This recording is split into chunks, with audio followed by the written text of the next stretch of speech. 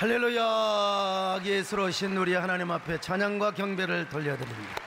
우리 유영길과 그의 아이들과 함께 하나님께 찬양을 드렸습니다. 다시 한번 우리 호산나 성가대 우리 격려와 또 칭찬의 박수 하시고 하나님 앞에 영광 돌려드립니다. 오늘 성탄 축하 예배에 오신 여러분들을 주님의 이름으로 환영합니다. 주님의 이름으로 축복합니다. 아기 예수의 은혜와 평강이 여러분 모두에게 가득하시기를 주님의 이름으로 축원합니다.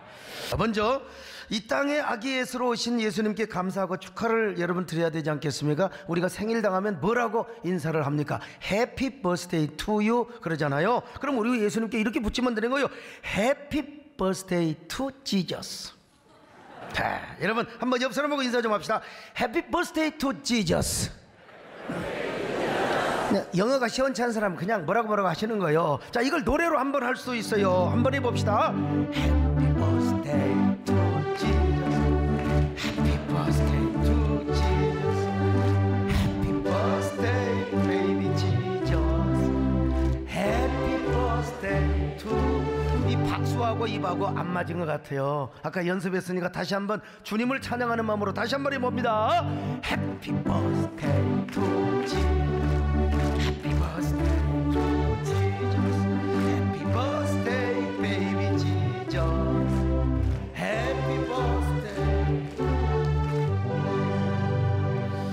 오늘 특별히 우리 주님을 찬양할 뿐만 아니라 존경하는 정세균 국회의장님께서 정말 오실 수 없는 바쁘신 일정 가운데 사실 엊그저께까지도 못 오시기로 되신 오늘 마음이 달라지셔서 우리와 함께 예배를 드리려고 이렇게 오셨습니다.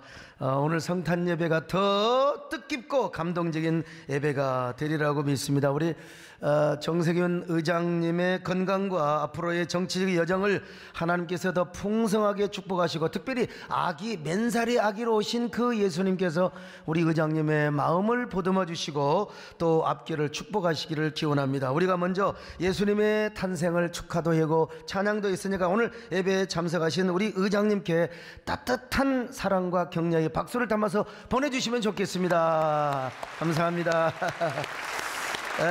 여러분 성탄절은 여러분 이렇게 기쁨이 넘쳐야 됩니다. 그렇게 기다리던 메시아의 탄생의 날인데 우리가 기쁨으로 예배를 드려야지 초상집처럼 그냥 인상 팍팍 쓰고 이렇게 기분 나쁘게 그렇게 예배를 드리면 여러분 되겠습니까? 저 동방박사들이 막 1500km를 달려와서 목자들이 말구유까지 막 달려가서 기쁨으로 주님을 경배하며 찬양했던 것처럼 오늘 우리도 기쁨의 마음으로 마음을 활짝 열고 혹시라도 아까까지 부부싸움하고 오신 분들도 우리 예수님이 오셨다, 우리가 그런 기쁜 마음으로 예배를 드려야 되지 않겠습니까? 우리가 선물을 줄 때도 주는 사람도 기분 좋게 주고 받는 사람도 기분 좋게 받아야 되지 않겠습니까? 하물며 하나님께서 우리 인류에게 최고의 선물을 주신 이 기쁜 날, 경탄스러운 날 우리가 하나님을 찬양해야죠. 먼저 한번 우리 성가대도 있지만 우리도 박수치면서 한번 찬양해 봅시다.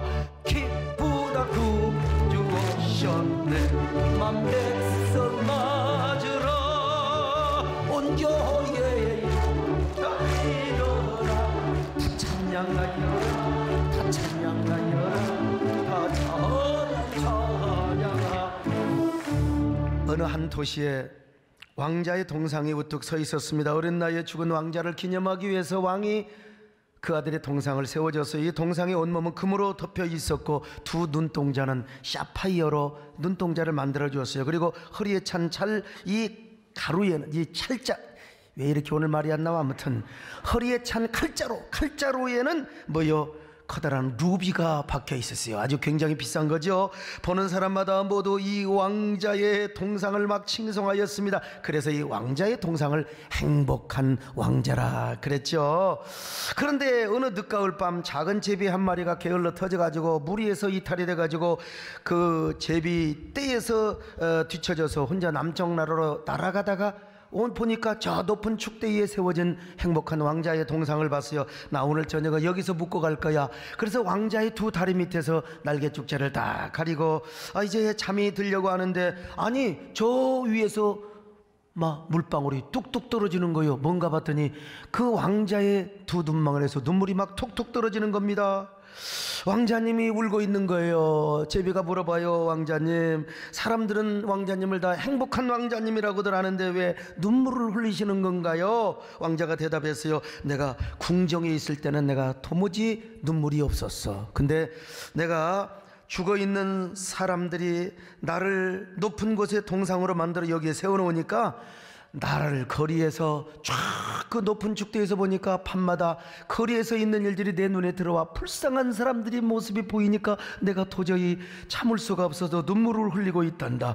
그러면서 제비에게 한 가지 부탁을 간곡하게 청합니다. 제비야, 저 멀리 가난한 집이 보이지 않니? 거기에는 어린아이가 있는데 소년이 심각한 병을 앓고 있단다. 근데 의사에게 한 번도 못 갔어. 그래서 지금 내 칼자루에 박혀있는 루비를 뽑아다가 그 아이에게 갖다 주렴. 당장 제비는 그렇게 순종을 했습니다. 다음날 아침에 이제 제비가 왕자님께 이제 저 떠나겠어요. 안녕히 계세요. 그랬더니 왕자님이 또 부탁을 합니다. 오늘 밤 나하고 하룻밤만 더 묵어다오. 그러면서 이제 저녁에 부탁을 합니다. 제비야, 내 눈동자에 박혀있는 사파이어를 빼다가 저 변두리의 다락방에서 며칠째 굶주리고 있는 그림을 잘 그리는 화가에게 좀 갖다가 주거라. 그러자 제비는 왕자님의 간청에 못 이겨서 또 눈동자에 박혀있는 사파이어를 떼다가 그러니까 눈가를 파다가 지금 갖다 주는 겁니다. 그리고 다음날 작별 인사를 하려고 하니까 왕자는 하룻밤만 또 묵어달라고 또 부탁을 합니다. 왕자의 간청에 못 이겨서 하룻밤을 지내는데 왕자는 제비에게 또 부탁을 하는 거예요. 내 다른 눈에 박혀있는 사파이어를 베다가 저 지금 떼어다가 성냥을 못 팔아서 집에 가면 이제 부모님에게 야단을 맞을 저 가련한 소녀에게, 성냥팔이 소녀에게 내 사파이어를 떼다가 갖다가 주라고 말이요. 제비는 또 그렇게 하였습니다. 다음날도 제비는 남장나라로 가지를 못했습니다. 왕자의 간청에 못 이겨서 이제 동상에 입힌 금조각을 떼다가 매일 저녁에 가난한 사람들에게 갖다가 주는 거예요. 이 사람에게 갖다 주고 저 사람에게 갖다 주고 이제 왕자님의 동상은 그때 앙상한 쇠조각만 남게 되었어요. 흉물로 남게 되었습니다. 제비는 왕자님께 그때야 인사를 합니다. 왕자님 떠나겠어요. 그랬더니 왕자가 허락해 주는 거요. 이제야 떠나는구나. 미안하다. 나 때문에 늦게 출발해서 잘 가거라. 그동안 수고가 많았구나. 제비가 이렇게 말합니다. 왕장님, 저는 남쪽 나라로 가는 것이 아닙니다. 부리도 다 상하고 날개죽지도 상해서 더 이상 날아갈 수가 없습니다. 이제 저는 죽어야 합니다. 날씨가 추워서 저는 더 이상 남쪽 나라로 나갈 수가 없습니다. 그런데 왕자님, 죽는다는 것이 이렇게 편한다는 걸 제가 다시 깨달았어요. 죽는다는 게 잠을 자는 것처럼 제가 지금 행복하게 왕장님의 다리 밑에서 제가 이제 죽습니다. 이렇게 인사를 하며 제비는 왕자의 볼에 키스를 하고 그 밑에 떨어져 죽습니다. 그때 왕자의 몸속에서도 무엇인가 깨어지는 소리가 철크덕하고 떨어지는 거요. 보니까 나무로 만들어진 왕자의 심장이 두 조각으로 나서 땅에 떨어지는 것이었어요. 이 모습을 누가 봤느냐? 하늘의 하나님께서 봤대요. 그리고 천사를 보내서 야, 왕자의 깨어진 납심잠과 그리고 죽은 제비를 하늘나라로 옮겨오거라. 그리고는 저 천사들이 이렇게 명합니다. 저 제비를 하늘나라 뜰에서 언제까지나 노래를 부르는 축복받은 제비로 만들어 주거라. 왕자는 하늘나라 거리에서 언제까지나 찬양을 하는, 저 성가대원들처럼 찬양을 하는 그런 복된 사람이 되도록 하거라. 여러분, 이게 유명한 19세기 영국의 시인임의 소설가인 오스카 와일드가 쓴 바로 행복한 동화라고 하는 이야기입니다. 어쩌면 그렇게 잘 들어주시는지 모르겠어요. 얼마나 아름다운 얘기입니까? 그런데 이 지어낸 얘기보다도 더 감동적이고 정말 눈물겨운 이야기에 선물이 준비되어 있다는 사실을 아십니까? 그것은 저 하늘의 하나님께서 하나밖에 없는 독생자 예수 그리스도를 이 땅에 선물로 보내주신 이 아이러니한 성탄의 사건이죠. 이 하나님이 사람이 되어 오신 이 귀한 사건은 우리 인류에게 있어서 수수께끼와 같고, 그리고 신비한 미스테리한 얘기요, 또한 아이러니한 얘기가 아닐 수가 없습니다. 참으로 어떻게 하나님의 아들이 이 땅에 사람으로 오실 수 있단 말인가? 영원한 하나님께서 사람의 몸을 입으시고 어떻게 이 땅에 오실 수 있단 말인가? 그것도 낮고 천한 저 구유 위에. 여러분, 왕자나 귀족이 거하는 화려한 곳으로 오지 않고 낮고 천한 말구유로 오셨다는 거예요. 우리는 예수님께서 요셉의 씨가 아닌 지극히 높으신 성령님의 은총으로 인하여, 감동으로 인하여 여러분 이 땅에 오셨다는 사실을 믿고 있습니다. 지난번 성탄 특집 다큐를 촬영하기 위하여 유대인이자 히브리 대학의 교수요, 그리고 로마 시대의 결혼법을 연구했던 세계 최고의 결혼법의 연구가이신 한나 코트라는 교수를 만났어요. 그분은 유대인으로서 사실은 개인적으로 예수 그리스도를 구주로 영접한 사람이 아니지만, 제가 학문적으로 성령의 잉태를 어떻게 보시는가 설명해 달라고 제가 한번 물어봤어요. 이렇게 대답을 하시는 거예요. 한번 들어보시죠. 교수님께서는 예수님의 성령의 잉태와 동정녀 탄생을 학문적으로 확실하게 인정하시는지요? It's possible. But I am saying that it was possible because of the law of marriage amongst the Jews. 여러분 보십시오. 얼마나 놀랐습니까? 예수 믿지 않는 유대인이요 히브리 대학 교수가 자기는 예수를 믿지 않지만 나는 학문적으로 볼 때 얼마든지 성령의 잉태가 가능하고 하늘에 계신 하나님께서 하시면 무엇을 못하겠느냐는 거예요. 자, 그런데 이제 성령의 잉태하여 아들을 낳았던 이 마리아와 요셉이가 낳기 전이죠. 베들레헴으로 왔습니다. 그런데 사관의 방이 가득 찼다고 했는데, 사실은 사관이라는 말은 좀 어색한 표현이요. 그 조그마한 동네에 무슨 여관이 있고 모텔이 있었겠습니까? 그 이스라엘 사람들은 대부분 다 이 2층에다가 게스트룸을 다 만들어놔요. 그래서 손님이 오면 그 2층에다가 방을 내어주는데 그 방들이 다 찼다는 거예요.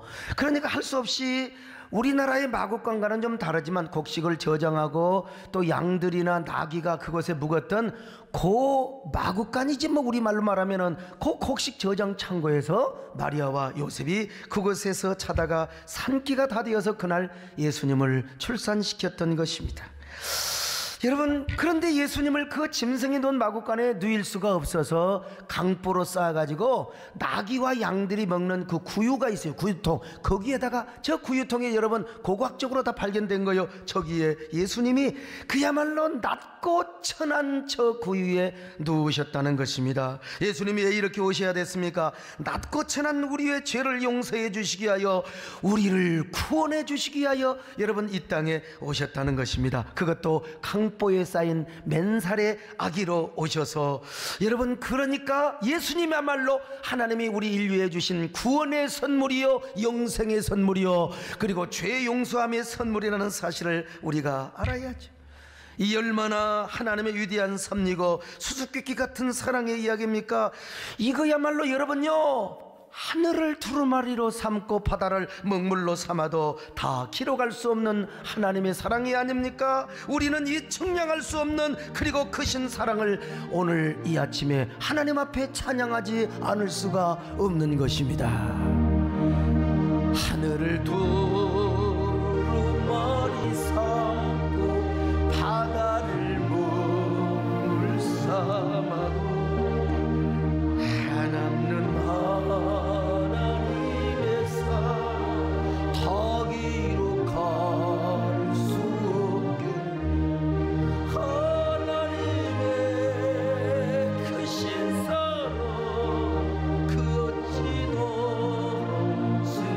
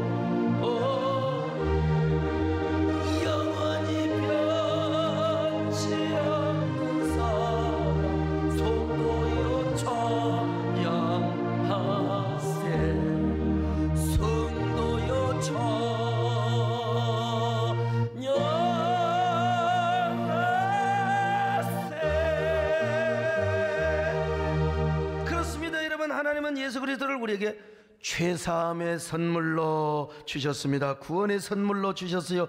영생의 선물로 주셨습니다. 그래서 제가 지난번 성탄 특집 다큐, 그것도 여러분 지상파에서 이렇게 방송하는 그 다큐 마지막 부분에서 십자가야말로 죄사함 자체고, 그리고 또 십자가 자체가 구원이라고 제가 당당하게 이 얘기를 했어요. 한번 들어보시죠. 구원의 길을 얻으려고 하잖아요. 근데 십자가 자체가 구원이고 죄 용서함이기 때문에 그 십자가의 복음의 파워 때문에 아마 전 세계의 짧은 시간에 확산되지 않았을까. 그뿐입니까? 하나님은 우리와의 당신과 화목한 관계를 이루기 위해서 예수 그리스도를 화해의 선물로 보내주셨어요. 우리 이웃과 화목의 관계를 만들기 위해서. 그래서 오늘 우리 예수님은 뭐라고 그랬어요? 예수님은 화평이시라. 자, 2장 14절 보실까요? 시작. 그는 우리의 화평이신지라 둘로 하나를 만드사 원수된 것 곧 중간에 막힌 담을 자기 육체로 허시고. 예수님이 오셔서 우리와 하나님과의 관계, 이웃과의 관계를 화평의 관계로 만들어 주셨다는 것입니다. 무엇으로 화평의 관계를 만들어 주셨는가? 바로 십자가로 하셨다는 겁니다. 하나님께서 하나밖에 없는 아들 예수 그리스도를 십자가에 죽게 함으로써 화목하게 하셨다. 여러분, 원래요, 우리는 하나님과 우리와의 관계가 아주 이게 원수 관계였어요. 진노의 관계요. 그냥 여러분, 의붓자식을 진심으로 사랑하는 사람을 나는 거의 보지 못했어요. 막 밥 잘 먹는 것도 미워가지고 저런, 뭐라고 내가 표현을 못하지만 목회하면서 의붓자식은 그러더라고요. 하나님과 우리와의 관계는 정말 진노의 관계였습니다. 그런데 우리와의 원수 관계의 모든 계명과 모든 저주의 율법을 다 폐하해버리고 하나님과 우리와의 관계를 화평하게 만들었다. 그리고 이웃과의 관계를 화평하게 만들었다고 말씀하고 있어요. 자, 에베소서 2장 15절로 17절입니다. 시작. 법조문으로 된 계명의 율법을 폐하셨으니 이는 이 둘로 자기 안에서 한 새 사람을 지어 화평하게 하시고 또 십자가로 이 둘을 한 몸으로 하나님과 화목하게 하려 하심이라. 원수된 것을 십자가로 소멸하시고 또 오셔서 먼 데 있는 너희에게 평안을 전하시고 가까운 데 있는 자들에게 평안을 전하셨으니. 그렇습니다. 여러분, 예수 그리스도의 말로 우리에게 하나님이 주신 가장 위대한 구원의 선물임을 믿습니다. 영생의 선물입니다. 죄사함의 선물입니다. 뿐만 아니라 여러분, 화목의 선물이라는 거예요. 그러므로 우리에게 이런 선물을 주신 성탄의 날이 얼마나 경탄스러운 날입니까? 그래서 우리가 경배를 할 뿐만 아니라 이제는 우리가요, 예수님의 성탄 사건과 십자가의 죽음을 우리가 전해야 됩니다. 열심으로 전해야 됩니다. 여러분, 항상 아기 예수로 오신 성탄 사건을 전하시기를 바랍니다. 이 복음을 이웃에게 전하시기를 바랍니다. 십자가 사건을 전하시기를 바랍니다. 여러분, 지어낸 얘기가 아니라 역사적 사실이기 때문에 오늘도 예배드리고 나가서 여러분, 이 성탄 사건과 십자가의 복음을 우리가 당당하게 전하시는 여러분 되시기를 바랍니다. 전하세,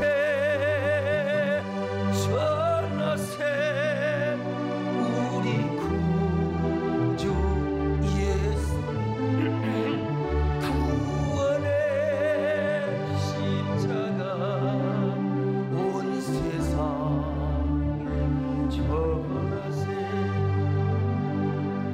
복음을 전하는 것으로만 되느냐? 열심히 전도는 하는데 왜 교회가 싸우고 왜 교인들끼리 박치기를 하느냐는 거예요. 왜 동일한 민족이 서로가 서로를 총뿌리를 겨누리고 왜 지금도 예덴의 통쪽 같은 세상을 만들어 가냐는 거예요. 그러므로 우리 예수 믿는 사람은 아기 예수의 성탄의 정신과 그 영의 마음을 본받아서 우리는 화목한 삶을 살고 피스메이커가 돼야 됩니다. 제가 가끔 말씀드리는 얘기인데, 우리 어머니 아버지 폄하하는 얘기가 아니고요, 저희 아버지 자랑하려고 하는 거예요.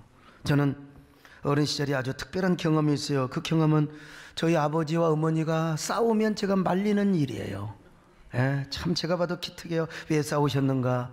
저는 저희 아버님이 참 훌륭하다고 생각해요. 사업을 하다가 부도를 내고 서울로 도망가 버리는 우리 작은아버지가 계셨어요.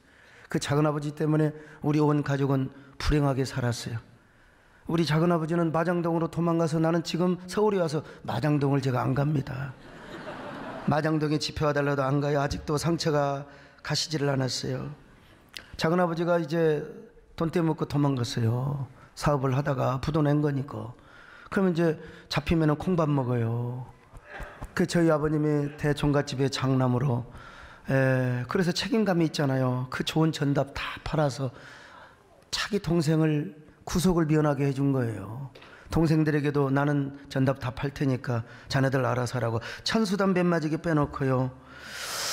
그런데 어머니는 그 사건 이후로 아버지에 대한 불만과 한을 표현하기 시작하는데요. 아니, 여름에 비가 안 오면 봄에 비가 안 오면 보내기를 못하는 거예요. 그래서 저 둔벙에서 아버지의 큰형님이 물재기로 물을 찌어다가 찬수답에 물을 뿌리면 그게 뭐요? 이 호미로 뭐를 심었다니까. 그러면서 어머니가 팍팍 해가지고, 여러분 용서하세요. 뭐 옛날 다 그러고 살았으니까 이 썩을 놈 연병을 넘어 형제간을 잘못 만나가지고 우리 새끼들 굶겨 죽이고 우리 큰아들 고등학교 보내야 되는데 어떻게 학비를 마련하냐고 막 그냥 우는 거예요, 여러분요. 근데 그 우리 어머니가 했던 욕과 우리 집사람이 하는 욕이 너무 똑같아요. 어쨌든 그럼 제가 그때 아부를 하지. 엄마, 우리가 있지 않느냐고. 근데 우리 아버지는 완전히 죄인이잖아요. 동생 살리려다가 자식 공부 못 시키니까 얼마나 죄인이죠. 아무 말씀도 못 하세요. 그런데 그렇게 기가 팍 죽어서 말 한마디도 못하던 우리 아버지가 어디 가서 꽁술만 얻어 드시면 이걸 뭐라고 하냐면 간 큰 남자라고 그래요. 얼마나 간이 크든지요. 딱 마당에 와서 평상시에는 꼼짝도 못한 남자가, 기주가 팍팍 죽었던 남자가 막 소리를 질러요. 저희 어머니 태고가 대산댁이라고 그래. 대산댁. 어이 대산댁 나와! 왜 소리를 갑자기 지르냐고. 제가 연기를 해야 되니까, 재연을 해야 되니까. 어이 정승딸, 대감딸, 정승딸 나와봐! 그러면 저희 어머니가 아이고 영감 또 술 처먹었네. 그러고 뒷문으로 해서 빨리 이웃집으로 가버려야죠. 왜 그렇게 우리 어머니는 그렇게 담대하신지 몰라요. 여호수아의 영을 받아서 강하고 담대하라. 그래가지고 딱 나오는 겁니다. 나와서 그리고 정승딸 나와서 어쩔 것이오. 그래서 이제 싸움이 붙어요. 근데 제 어린 시절에 봐도 우리 아버님께서는 절대로 어머니를 때리지는 못해요. 아까워서. 밀어뜨리기는 하는데, 그럼 밀어뜨리면 싸움을 안 하지만 밀어뜨리면 딱 그래야 돼요. 아이고 나 죽네. 여자분들 그러셔야 됩니다. 남자들과 싸움하고 남자들에게 사랑받으려면 길 가다가도 그냥 팍 쓰러져 버려. 아이고 나 죽어. 그런데 저희 어머니는 그걸 안 하시고 밀어내면 그냥 바지 춤을 붙잡고 그려 죽여봐 죽여봐 또 이렇게 하시는 거예요. 아 참. 그러면 아버지가, 여러분 우리 옛날 시골에서는요 도구통이라고 그래서 도구통, 우리 의장님 동네는 도구통이라고 했는지 도구대라고요. 이 서울 사람들은 도구대도 몰라. 세상에. 간지대도 모르고. 이 도구대가 뭐냐면 절구대라고 해요. 절구대. 이 절구대를 가지고 어머니 겁준다고 장독에 가가지고 막 이 빈 장독을 하나 팍 깹니다. 막 찰크락하고 이 철장의 권세로, 여러분 그 요한계시록에 보면 막 이 항아리를 깨뜨리는 게 우리 아버지가 벌써 그런 일을 하시는 거예요. 그러면 저희 어머니가 또 가셔서 아이고 영감 미안하다고, 그런 노래가 있잖아요. 막 쏘리 내까 이렇게 해야죠. 미안해 그래야 되는데 가서 또 뭐라고 한 줄 아세요? 다 깨불어.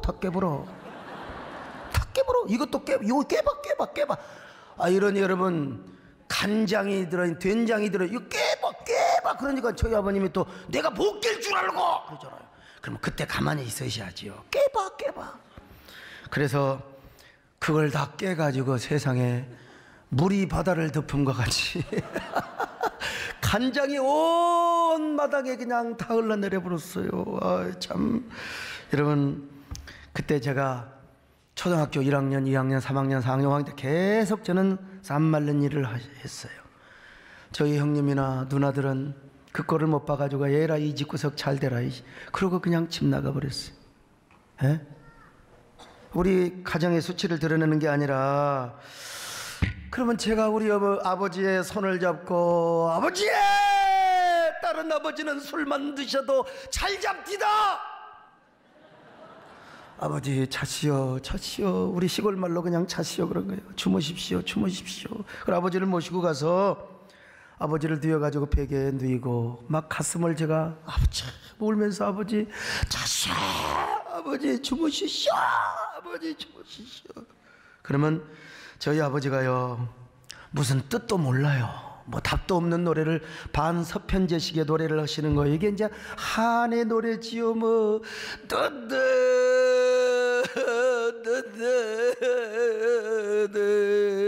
나 이게 우리 아버지 돌아가시기 전에 그 무슨 놈인가 제가 물어보려고 그랬는데, 그러니까 마음의 한을 누가 자식 고생시키고 누가 마누라 고생시키고 싶은 남자가 어디가 있겠습니까?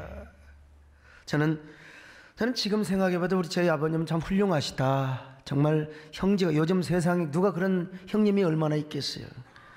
아무리 옛날이라도 동생 구속을 막기 위해서 좋은 전답을 다 팔아서, 예. 그런데 제가 아버지의 피를 이어받았어요. 제가 우리 아버지 피를 받았어요. 그래서 누가 사정을 하면 거절하지 못하고 맨날 우리 교회 빚만 내려갑니다. 지금 저에게 꼭 돈 맡긴 사람처럼 돈 필요하면 저에게 연락이 와요. 근데 우리 교회 돈 없다는 사람, 우리 교회 돈 없다고 하면 믿는 사람 하나도 없습니다. 믿는 사람, 이렇게 교인이 많고 이렇게 성도들이 많고 왜 돈이 없다고. 여러분, 올해도요, 이 어려운 가운데 우리 교회가 재정이 10%가 넘게 늘었어요. 나가는 건 20% 30%가 더 나가요. 어떻게 여러분 하겠습니까? 해마다 빚이 내려가요. 근데 여러분, 그렇다고 빚이 아주 많이 내려가지 않습니다. 여러분요, 조금 들었다가 줄었다가 또 갚았다가. 그런데 저희 아버지가 새벽 한 3시나 3시 반에 일어나요. 초저녁에 싸우셨으니까 이제 새벽에 이제 술이 어느 정도 깼을 거 아니요. 근데 이제 싸우는 날 각방 쓰니까 어머니 방으로 가요. 그때 눈치가 없어가지고 안 따라가야 되는 겁니다, 제가. 근데 이 바보가 눈치가 없어가지고 아버지 또 손을 잡고 따라가는 거예요. 아버지가 담배불을 딱 붙여가지고 이제 가요. 어머니한테 가서, 임자 한 대 피워, 내가 술김이 그런 거요. 그러면서 아버지가 정말 그 구애를 하는 거죠. 그걸 시골 우리말로 뭐냐, 프로포즈를 하는 거예요 지금.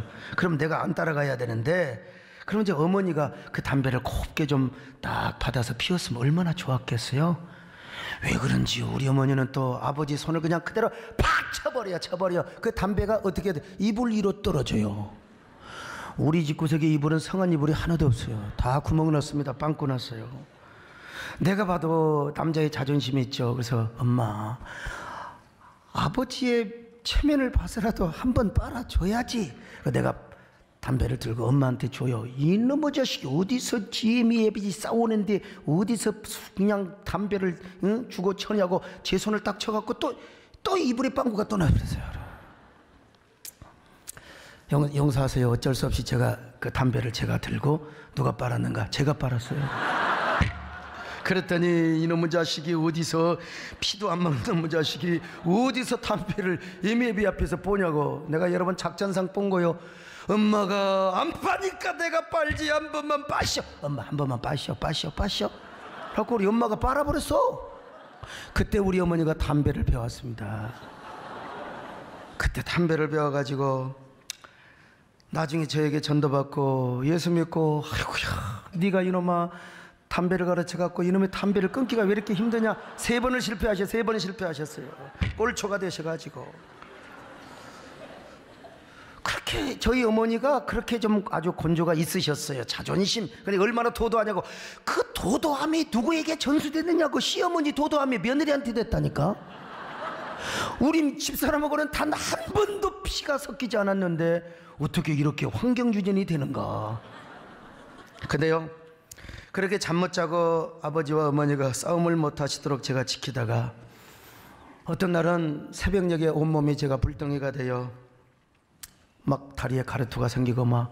그래서 정말 난 그때요, 천장이 막 기울고 거인이 나타나서 막 저에게 오고 헛것이 보이는 거죠. 예. 제가 얼마나 신경을 써, 어린 나이에 내가 그랬겠습니까. 그때 이제 아버지가 술 깨가지고 저를 업고요, 한 2kg, 2.5kg 되는 옛날에 시골에 약방이 있었어요. 거기까지 저를 업고 가셨어요. 눈 내리는 날, 눈이 서벅서벅 쌓이던 날. 그래도 자식이라고 2kg를 넘게 약방으로 막 탄숨에 달려가서요. 그리고 마침내 이제 약방에 달려가서 아이를 내려놓고 한숨을 쉬던 아버지가 생각이 납니다. 그래서 지금도 눈 내리는 날은 아버지가 저를 업고 가는 그 환영이 저에게 떠오를 때가 있고요. 그 아버지와 눈을 마주친 게 있습니다. 이거는 시인의 눈으로 표현을 한 거죠. 그래서 제가 언젠가 이런 시를 쓴 적이 있어요. 눈 내리는 날의 아버지. 아버지를 생각하는 나의 가슴속에는 항상 눈이 내리고 있습니다. 어린 시절 아버지와 어머니가 싸우실 때마다 포악스러운 아버지로부터 어머니를 지켜주고 싶었지요. 아버지의 손을 잡고 별야양을 다 떨었지만 내심으로는 아버지를 증오하였습니다.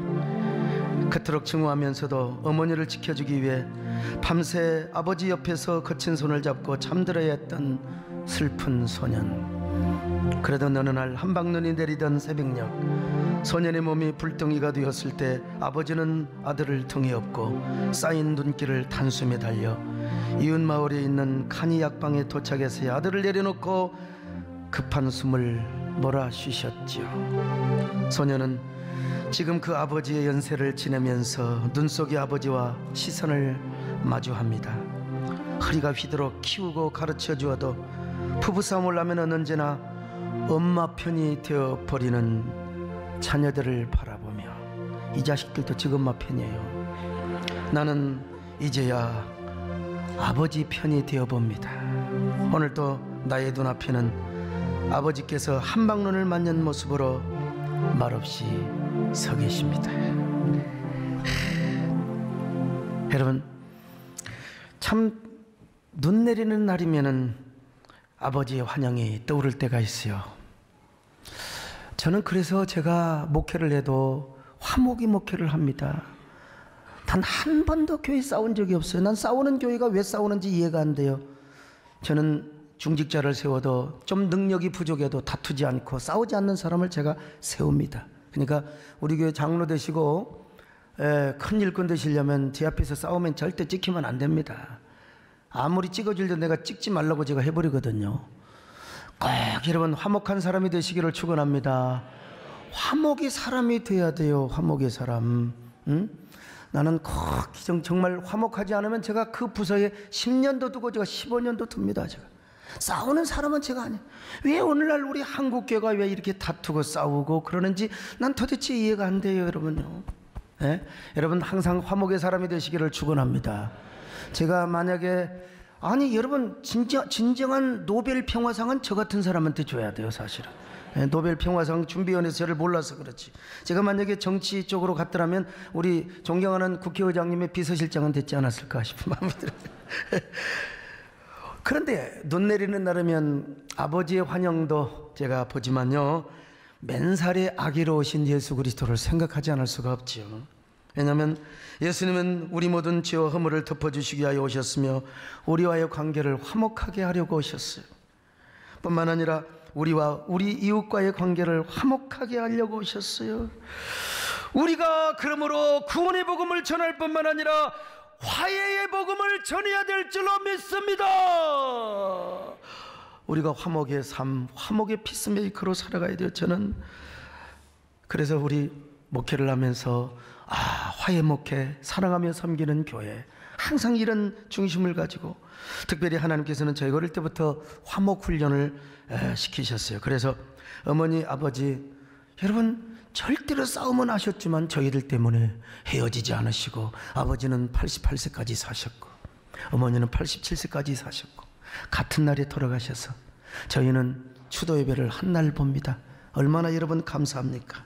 그러니까 제가 목회뿐만 아니라 어디를 가든지 저는 피스메이커, 저 여러분 보세요. 아무리 욕하고 핍박하고 뒤에서 감자 먹으라 해도 제가 가는 곳에는 항상 화목의 놀라운 역사가 나타납니다. 어디를 가더라도 저는 화목의 사람입니다. 여러분이 저를 알지 않습니까? 지금 여러분 이 시대는 서로가 서로를 적폐라고 하면서 미움과 증오의 화염을 태우고 있습니다. 마치 우리가 사는 이 세상이 에덴의 동쪽과 같아요. 얼마나 미움과 증오가 가득하면 여러분 어떻게 아내가 남편을 죽일 수가 있습니까? 난 그런 사건 볼 때마다 저희 집사람 다시 한번 봐요. 나는 안 죽이겠지. 어떻게 세상에 남편이 아내를 죽입니까? 어떻게 요즘 보면 장로들이 목사를 배신해요. 난 요즘 그래서 장로님들 한 사람 관상을 봅니다. 저 양반이 혹시 배신할까? 어떻게 그럴 수가 있을까? 예수 믿는 사람들이 어떻게 자식이 부모를 죽여? 이런 후리아들 놈이 어디가 있습니까, 여러분? 그런 미움이 확대되어서 이제 서로가 서로를 원망과 그리고 미움과 증오로 삼아요. 이런 가운데 오늘 우리는 변함없이 예수 그리스도가 이 땅에 오셨던 성탄절을 맞이하게 되었습니다. 성탄절은 어떤 날입니까? 하나님이 우리에게 예수 그리스도가 오는 구원의 선물, 화해의 선물을 주신 날입니다. 그러므로 이 선물을 받은 우리는 아기 예수께 경배를 드릴 뿐만 아니라 언제나 화해의 사람이 되어야 될 줄로 믿습니다. 피스메이커의 삶을 살아야 될 줄로 믿습니다.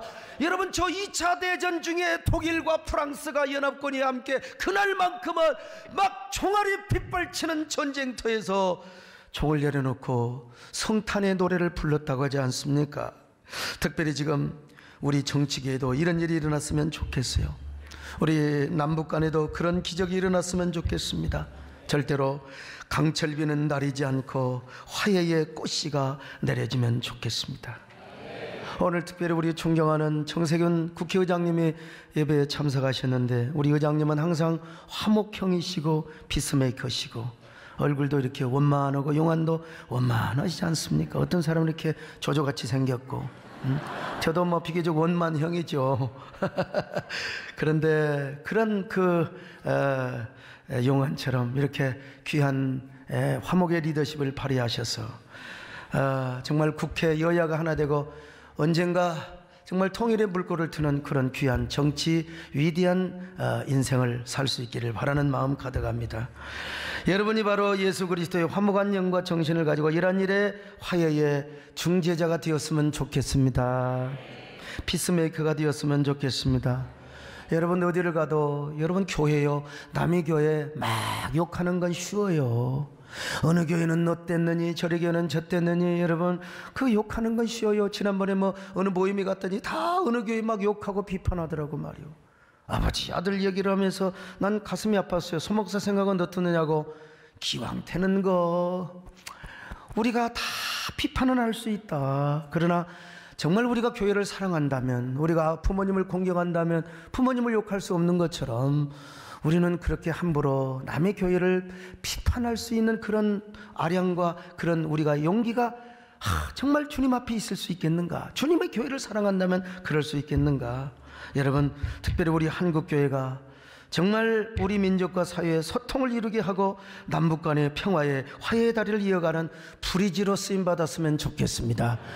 여러분, 우리 한국교회뿐만 아니라 오늘 예배를 드리고 있는 오늘 여러분이요, 그리고 이 방송을 통하여 시청하는 모든 우리 교인들이요, 다 우리 모두가 예수 그리스도의 성탄의 정신을 본받아서 우리가 화해의 사람이 되시고 화목의 사람으로 쓰임받는 여러분 되시기를 주님의 이름으로 축원합니다. 아멘. 당신은 하나님의 언약 안에 있는 축복의 통로, 당신을 통하여서 열방 주께 돌아오게. 당신은 하나님 언약에 있는 화해의 통로입니다. 언약 안에 화해의 통로, 당신을 통하여서 열방 주께 돌아오. 하나님, 뜻깊은 성탄을 맞게 해주셔서 고맙습니다. 우리 성탄의 사건을 생각할 때마다 우리 가슴에 울렁거리게 하여 주시고, 미움과 다툼이 없는 화목의 세상을 만들 수 있는 저희들 되게 하여 주옵소서. 대한민국을 축복하여 주옵소서. 예수님의 이름으로 기도 올리옵나이다. 아멘.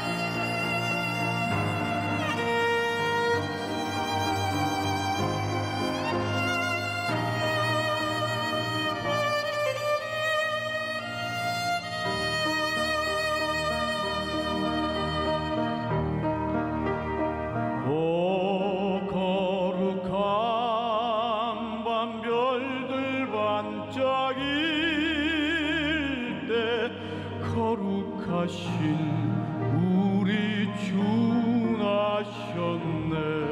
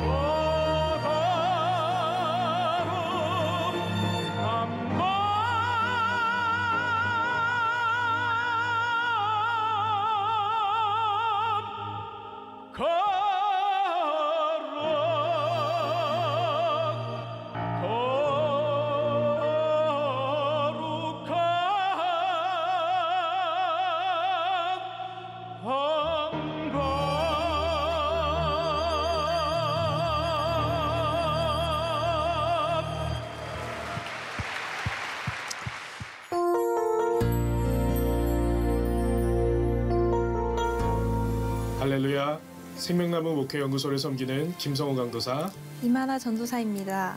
저희 부부는 올 한 해를 마무리하고 있는 지금 이때에 작년 이맘때 간절히 기도했던 신년 5가지 기도 제목이 담임 목사님께서 선포하신 신년 축복성회를 통해 응답되고 주의 종의 선포대로 성취되는 놀라운 은혜를 경험하였습니다.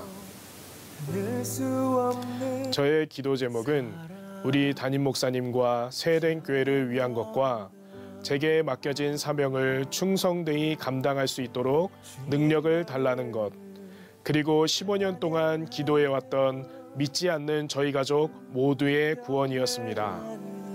하나님께서는 저희 가족들이 예수님을 반드시 영접할 것이고 구원받을 것이라는 감동을 이미 고등학교 때 주셨지만 그 일이 성취될 어떠한 조짐도 보여주시지 않으셨습니다. 그러던 중 2017년 신년 축복성회가 시작되었습니다. 담임 목사님께서는 신년 축복성회 둘째 날 아침 세일산에서 일어나시는 하나님에 대한 말씀을 전하셨습니다. 그 하나님은 적진에서 일어나 우리에게 역전의 축복을 가져다 주시는 하나님이셨습니다. 특히 그 말씀 중에 담임 목사님의 백암교회 개척 시절 할머니의 장례 이야기를 하시면서 당시 믿지 않는 아버지와 작은아버지 가운데 하나님께서 역사하셔서 기독교식으로 장례를 치를 수 있게 해달라고 간절히 기도하며 담대히 나아갔더니 하나님께서 그대로 역사하셨다는 간증을 하셨습니다. 저는 그 말씀과 간증이 제게 주신 것이라 확신하며 이후로 이 역전의 축복의 하나님을 붙잡고 기도했습니다. 그렇게 약 5주간 기도했을 때 어느 토요일 밤 아버지께서는 저에게 문자 하나를 보내셨습니다. 그 문자의 내용은 내일 교회에 한번 나가고 싶다는 것이었습니다. 신대원 입학 당시 하나님께 신대원을 졸업하기 전에 아버지가 꼭 교회에 나오게 해달라고 기도했었습니다. 그런데 아버지가 처음 교회에 오신 날은 마침 제가 신대원을 졸업하기 2일 전이었습니다. 이후로 아버지는 물론 친누나도 교회를 등록하게 되었고 지난달 두 분 모두 세례를 받는 놀라운 역사가 일어났습니다. 은혜는 거기서 그치지 않았습니다. 지난 10월부터는 80년이 넘는 세월 동안 우상을 섬겼던 저희 할머니께서 교회에 등록하시고 지금까지 한 주도 빠짐없이 예배에 나오고 계십니다. 지난주에는 처음으로 제사 대신에 추모 예배를 드리게 되었고 앞으로 계속해서 모든 제사는 추모 예배로 대체하기로 결정하게 되었습니다. 안녕하세요. 지난달 세례를 받은 김종수 성도입니다. 예수님 믿기 전에는 몰랐던 감사와 기쁨을 요즘 들어서 조금씩 깨닫게 됩니다. 아마 이것이 하나님의 은혜이고 축복인 것 같습니다. 아직은 부족하지만 앞으로 더욱 열심히 신앙생활을 하는 성도가 되겠습니다. 감사합니다. 그리고 올해 저희 부부의 가장 간절한 기도 제목은 태의 열매를 허락해 달라는 것이었습니다. 이를 위해서 기도하는 중에 주의 종에게 안수받고 아이를 갖고 싶다는 소원이 생기게 되었습니다. 그 소원이 생기자마자 저희 부부는 적금 통장을 만들었고 작정한 금액이 모두 채워지고 난 뒤에 언제 담임 목사님께 찾아갈지 고민하고 있었습니다. 그러던 중 어느 주일 일부 예배 중에 담임 목사님께서 갑작스럽게 김성우 전도사 아이를 갖기 위해서 기도가 필요하면 오라 이렇게 말씀하시는 것입니다. 저희 부부는 그날 밤에 당장 목사님을 찾아갔습니다. 목사님께서는 저희 부부의 태의 문이 열리길 간절히 기도해 주셨고 그 뒤로부터 정확히 11일 후에 하나님께서는 귀한 공주님을 허락해 주셨습니다. 당시 담임 목사님께서는 성대수술 후 말을 하실 수 없는 상황이셨음에도 불구하고 진심으로 기뻐해 주시고 축하해 주셨습니다. 지금 아기는 이만하 전도사의 뱃속에서 잘 자라 이제 2달 후면 세상에 나오게 됩니다. 이처럼 제게 역사하신 하나님을 통해서 우리가 진심 어린 기도와 소망 그리고 드릴 수 있는 최선의 것을 드릴 때 우리 세대의 하나님은 약속의 말씀과 신년 축복성회를 통해 축복의 언약을 주시고 성취하시는 분이라는 것을 확신할 수 있었습니다.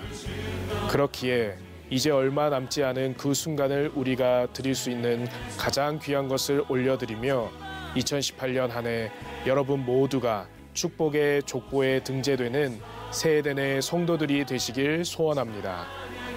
아기 예수님의 탄생을 기뻐하고 기념하는 이 귀한 날 간증의 자리를 허락하신 우리 하나님께 영광을 올려드리며 담임 목사님께 진심으로 감사드립니다. 감사합니다.